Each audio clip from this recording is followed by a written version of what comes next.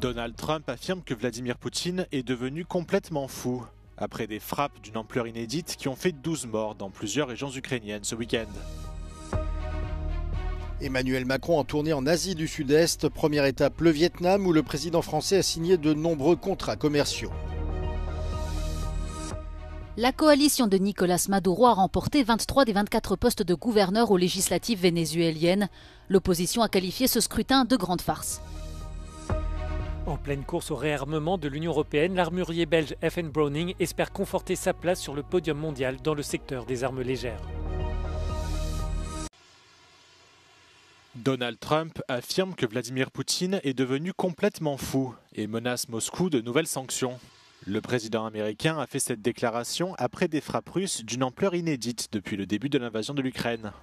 Selon Kiev, 367 drones et missiles ont pris pour cible plusieurs régions ukrainiennes dans la nuit de samedi à dimanche, faisant 12 morts, dont 4 dans l'oblast de Kiev. I'm not happy with what Putin's doing. He's killing a lot of people, and I don't know what the hell happened to Putin. I've known him a long time, always gotten along with him, but he's sending rockets into cities and killing people, and I don't like it at all. Dans le même temps, Washington et Bruxelles ont annoncé le report des droits de douane de 50% dont Donald Trump avait menacé l'UE vendredi dernier. La mesure sera suspendue jusqu'au 9 juillet, un délai qui permettra à l'UE et aux États-Unis de mener des négociations décisives pour parvenir à un bon accord, selon la présidente de la Commission européenne, Ursula von der Leyen. Une frappe israélienne sur une école de la ville de Gaza lundi matin a fait au moins 33 morts, pour la plupart des enfants. L'État hébreu affirme que le bombardement visait un complexe de commandement des organisations du Hamas et du djihad islamique palestinien. Israël a intensifié ses frappes sur la bande de Gaza depuis l'extension de son offensive militaire la semaine dernière. Ce week-end, l'armée israélienne a déployé toutes ses brigades d'infanterie et de blindés à Gaza, une première depuis le début de la guerre en octobre 2023.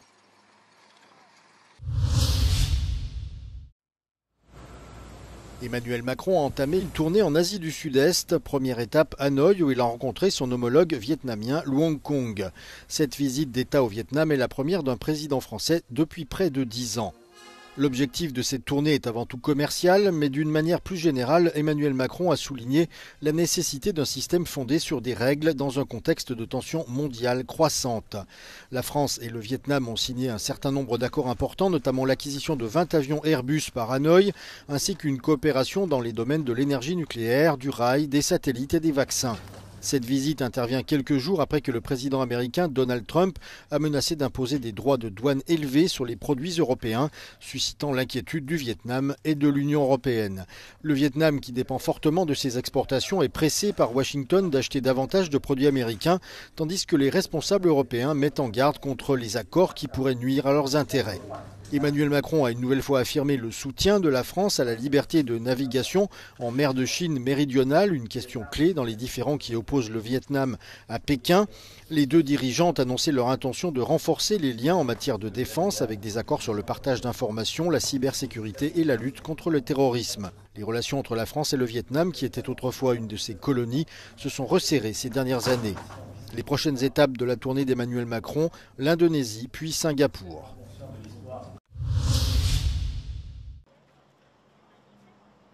Un pas de plus dans la mainmise de Nicolás Maduro sur le Venezuela. Le parti du président a remporté ce dimanche une écrasante victoire aux élections législatives et régionales, marquée par l'arrestation de 70 personnes et un boycott par la majorité de l'opposition.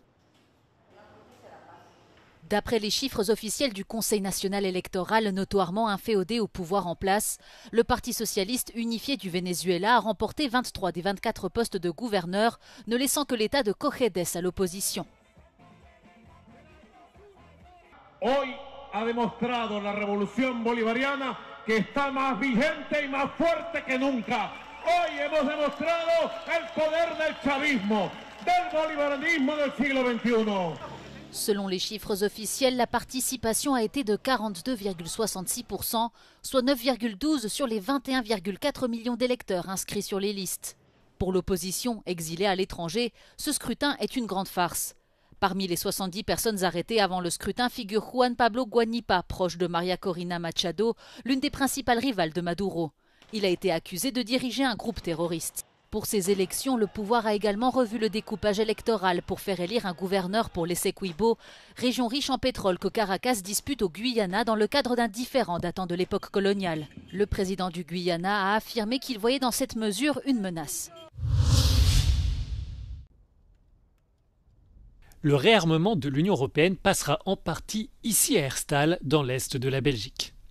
Derrière ces bâtiments de briques rouges se cache l'un des leaders mondiaux de la production d'armes légères, l'entreprise FN Browning. La société nous a ouvert ses portes pour nous détailler les clés de sa discrète réussite commerciale, puisqu'elle fournit presque toutes les armées de l'OTAN. Depuis l'invasion de l'Ukraine par la Russie, FN Browning est désormais sur le devant de la scène et attire ouvertement l'intérêt du gouvernement, car l'entreprise produit aussi des munitions et des systèmes d'armement intégrés. Pour vous donner un exemple, en juin 2024, FN Herstal a signé un partenariat, un contrat de 20 ans avec la défense belge. Pendant 20 ans, nous allons produire toutes les munitions de petit calibre de la défense belge. Ce type de partenariat est fondamental parce qu'il nous donne de la visibilité à long terme. Donc concrètement, puisque nous avons l'engagement de la défense belge de se fournir en munitions de petit calibre auprès de notre entreprise, nous pouvons investir dans de nouvelles lignes de production. Pour exister face à ses concurrents, FN Browning mise sur la fiabilité de ses équipements. Si robots et machines sont employés dans la fabrication des éléments, chaque pièce fait l'objet d'un contrôle manuel. À travers son plan Rearm Europe, l'Union veut favoriser la coopération entre les 27. La clientèle de l'entreprise belge est d'ailleurs européenne et FN Browning cherche à renforcer cet ancrage continental. Nous avons annoncé au mois de novembre 2024 l'acquisition qui est en cours d'un groupe français qui s'appelle Sophie Sport, qui est un groupe présent en France mais également en Espagne et en Italie. Ça, c'est une manière d'augmenter notre dimension européenne, si je puis dire. FN Browning profite de l'élan politique lancé par le plan européen de 800 milliards d'euros pour le réarmement de l'Union. L'entreprise, qui compte 3000 employés, espère tirer son épingle dans le jeu de la préférence européenne. La société belge assure que 90% de ses fournisseurs se situent sur le continent. Les autorités roumaines et françaises réfutent toutes les informations et contenus d'une fausse vidéo d'Euronews qui circule sur des canaux Telegram pro-russes depuis le début de la semaine dernière. Dans cette vidéo, des membres du gouvernement roumain accusent la France d'ingérence dans le second tour de l'élection présidentielle qui a eu lieu le 18 mai dernier, une accusation que Bucarest maintient, non pas contre la France, mais contre la Russie. Le ministère roumain des Affaires étrangères affirme à présent que cette vidéo fabriquée de toutes pièces est un exemple de guerre hybride russe. Noi suntem victima acestei agresiuni de război hibrid de cel puțin 10 ani și din nou, ca în multe alte zone, trebuie să acționăm sistematic. L'ancien commandant de l'armée américaine en Europe explique pourquoi la Russie a souvent recours à la guerre hybride. Russia is always at war. It's not always with bombs and planes and artillery, but they're always at war because of this imperialistic, that they believe they're entitled to everything around them. And so they will use everything from disinformation, criminal activity, destruction of infrastructure, violation of airspace. I mean, Russian drones are landing in Poland and Romania. L'éducation et l'accès à des informations fiables sont des moyens de défense essentiels contre la désinformation.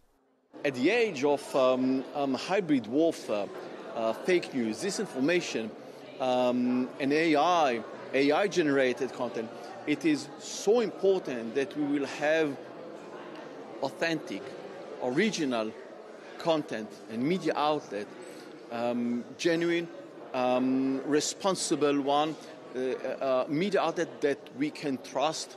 And in this situation, such European media outlet, especially as Euronews Romania, are so important to reflect news and challenges facing Europe, Eastern Europe, the Balkans, Romania.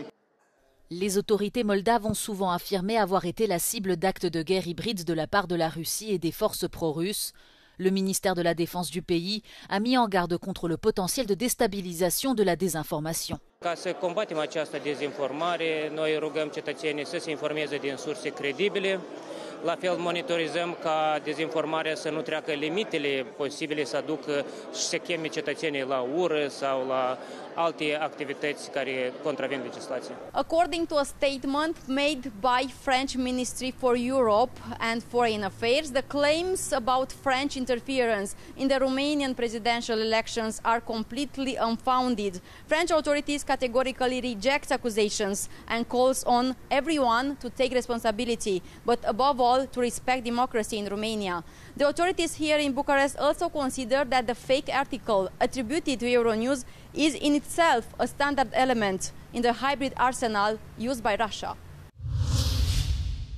It was an emotional farewell to the king of clay. On Sunday, Roland Garros paid tribute to its greatest champion, Rafael Nadal, in a moving ceremony on the central court that he once made his own. Retired since last November, the record 14-time French Open winner fought back tears as thousands of fans wearing orange t-shirts that said, "Thank you, Rafa," gave him a standing ovation. Later, in a rare and historic reunion, tennis legends Novak Djokovic, Andy Murray and Roger Federer joined him, this time in celebration, not in competition. In a tearful speech, Nadal thanked his longtime coach and uncle, Tony Nadal, his wife, as well as other loved ones that were present, reflecting the family values that have always defined him. The tribute ended with lasting symbols of his legacy, a special trophy and a surprise plaque on center court engraved with his 14 titles and his shoes footprint, a permanent reminder of a champion who left his mark quite literally on the clay that he ruled.